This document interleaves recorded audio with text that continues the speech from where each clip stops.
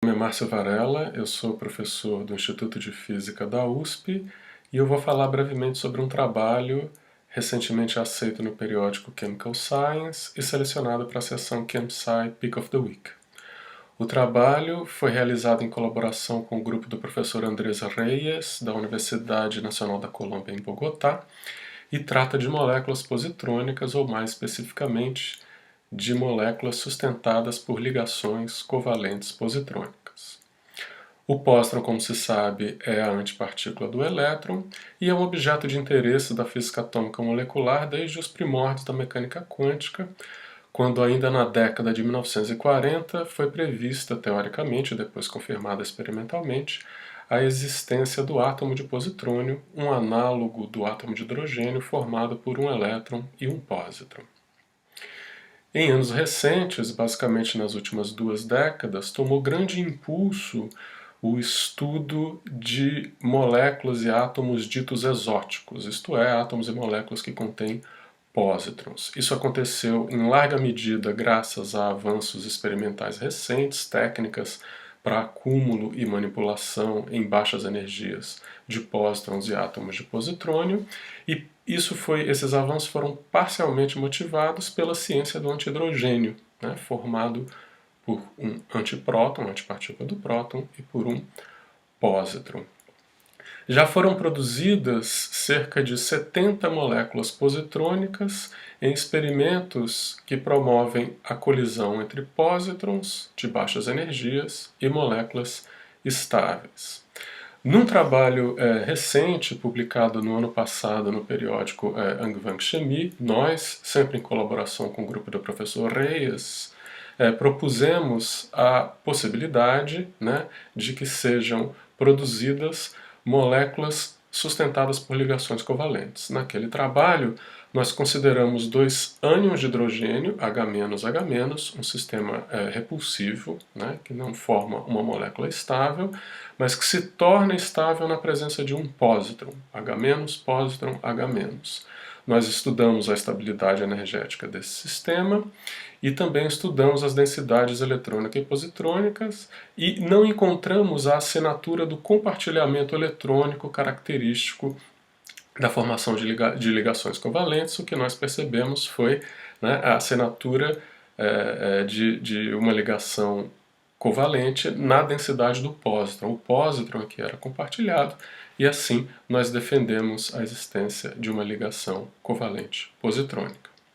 Nesse trabalho de agora, publicado ou aceito para publicação no Chemical Science, nós estudamos 6 moléculas positrônicas formadas por ânions de halogênio, flúor menos, cloro menos e bromo menos, em suas combinações homo e hetero nucleares, e um pósitron.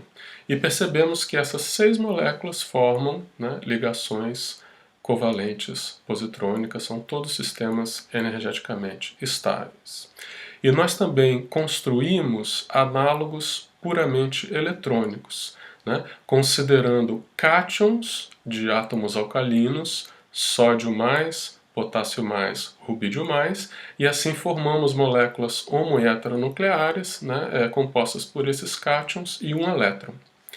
Nós também conseguimos construir sistemas, ou melhor, definir, detectar sistemas análogos. Sempre que os íons atômicos têm o mesmo número de elétrons, por exemplo, F- e F- têm o mesmo número de elétrons que sódio mais e sódio mais. Quando nós tomamos esses sistemas análogos definidos dessa forma e adicionamos um elétron ou um pósitron, um elétron no caso dos cátions e um pósitron no caso dos ânions, formam-se ligações covalentes positrônicas e eletrônicas com propriedades muito próximas, energia de dissociação, comprimentos de ligação, propriedades bastante semelhantes. Todavia, nos 6 pares de sistemas análogos estudados, os sistemas positrônicos são sistematicamente mais estáveis. As ligações positrônicas são sistematicamente mais estáveis do que os seus análogos puramente eletrônicos. Nós procuramos entender por quê e percebemos que os efeitos de correlação e relaxação, isto é, a maneira como os elétrons dos íons atômicos respondem à presença, né, de um elétron adicional ou de um póstron adicional são mais importantes, são mais proeminentes nos casos positrônicos. São esses efeitos de relaxação e correlação que contribuem de maneira mais significativa para maior estabilidade das ligações covalentes positrônicas em relação às eletrônicas.